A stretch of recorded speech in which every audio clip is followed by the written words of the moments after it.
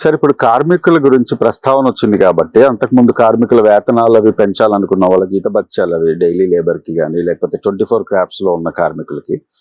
so అది ఎంతవరకు వచ్చిందండి ఆ విషయం పెంచారా వాళ్ళకి ఓకే మొత్తం అన్ని క్రాఫ్ట్స్ లో ఉన్న వాళ్ళకి సో ఇప్పుడు అది కేవలం గిల్డ్ వాళ్ళే ఆ సమస్యని ముందుకు తీసుకొచ్చారంటే మాకు కాస్ట్ ఆఫ్ ప్రొడక్షన్ పెరిగిపోతుంది మాకు కాస్ట్ ఆఫ్ ప్రొడక్షన్ పెరిగిపోతున్న నేపథ్యంలో వీళ్ళకి కూడా ఎలా పెంచుతామని అప్పట్లో అన్నారు కదా సో కాస్ట్ ఆఫ్ ప్రొడక్షన్ కోసం వాళ్ళు కొన్ని తీసుకున్నారు కూడా అంటే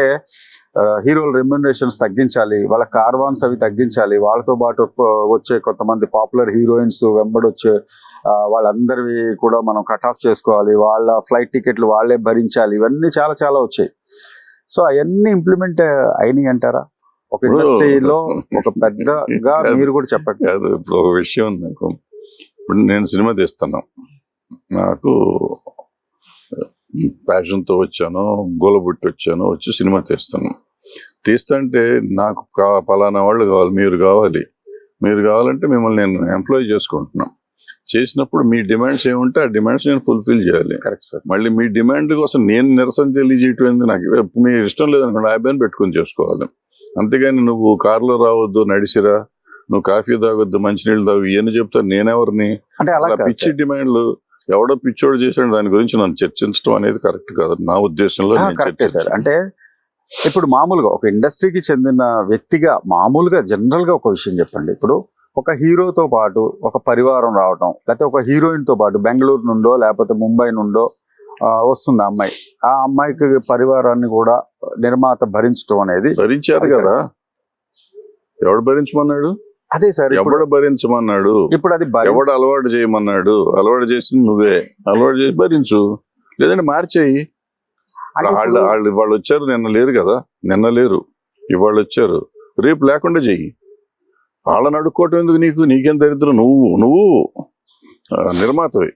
అంటే నువ్వు వాళ్ళని పెట్టుకుని తీయాలి వాళ్ళ జీవితం నీ మీద ఆధారపడింది నువ్వు వాళ్ళ మీద ఆధారపడలేవు నువ్వు వాళ్ళని అడుక్కుని బాబ్బా 10 రూపాయలు తగ్గచ్చు బాబ్బా నలుగురిని తీసుకురా బాకు ఆ ఫ్లైట్ ఖర్చులు ఎక్కువ అవుతున్నాయి బాబ్బా మేకప్ వేసేవాడు డబ్బులు ఎక్కువ అవుతున్నాయి ఈ దరిద్రం ఎందుకంట సిగ్గు శరం ఉండాలి అటువంటి మాట్లాడుకుంటే నాకన్నా ఉండాలి మీకన్నా ఉండాలి అంటే తెర మీదకి అయితే వచ్చింది కదా సార్ ఆ విషయం అయితే వస్తే వచ్చిందండి మనకెందుకు వదిలేయండి దాన్ని ఇంకా అంతేనంటారా సిగ్గులేని పైన అషేమ్డ్ ఆఫ్ దట్ నేను నిర్మాతగా ఎంతకాలం చేసి ఇటువంటివి జరుగుతున్నాయి అంటే వినటానికి నాకు బాధగా ఉంది మాట్లాడటానికి అంతకంటే బాధగా ఉంది మీరు కూడా ఇచ్చారా సార్ వాళ్ళకి ఎవరికన్నా అంటే అన్నెసెసరీ వాళ్ళ ఫ్రెండ్స్ వాళ్ళు లొకేషన్ కి వచ్చినా కూడా వాళ్ళ కాస్ట్ భరించాల్సిన అవసరం ఉందంటారా మా సినిమా మేము చేసే రోజులు అంత లేదు ఏదో ఒకటి అరా ఉండి బట్ మా కంట్రోల్లో మేము చేసుకున్నాం మాకు సరే అంటే డిమాండ్ అండ్ సప్లై అండి ఇక్కడ వాళ్ళ డిమాండ్ అట్లా ఉంది సరే ఇప్పుడు మీరు ఎవరైతే చెప్తున్నారు అడుగుతున్నారు ఇంతమంది వస్తున్నారు వాళ్ళు ఫస్ట్ సినిమాకి తీసుకున్నారు ఇదంతా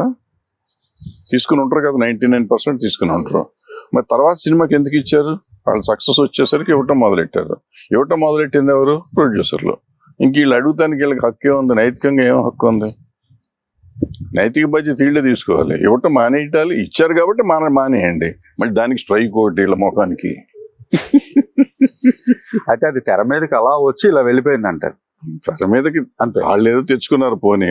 మనలాంటి మీడియాలో ఉన్న వాళ్ళం మనకి పని లేనట్టు దాని గురించి ఎక్కువ చర్చించాము అది ప్రజలకి ఏదో పెద్ద ఇష్యూ లాగా కనపడింది అది ఇష్యూయే కాదు వాళ్ళ పర్సనల్ సమస్య ఉద్యోగం చేసేవాడికి ఓనర్కి సమస్య అది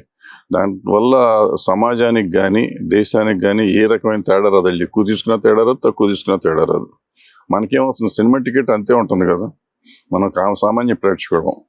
150 రూపాయలు 200 రూపాయలు టికెట్ ఉంటుంది అది చచ్చినట్టు అది కట్టేది చూడాలి మనం వాళ్ళు 200 రూపాయలు 2 కోట్లు ఇచ్చి తీసుకున్నాడా 10 కోట్లు ఇచ్చి తీసుకున్నాడా మనకేంటి సంబంధం మనకి ఇచ్చే ఎంటర్టైన్మెంట్ 200 రూపాయలు ఎంటర్టైన్మెంట్ ఇస్తారు అడుగు సో మనకెందుకు దాంట్లో ఇన్వాల్వ్మెంట్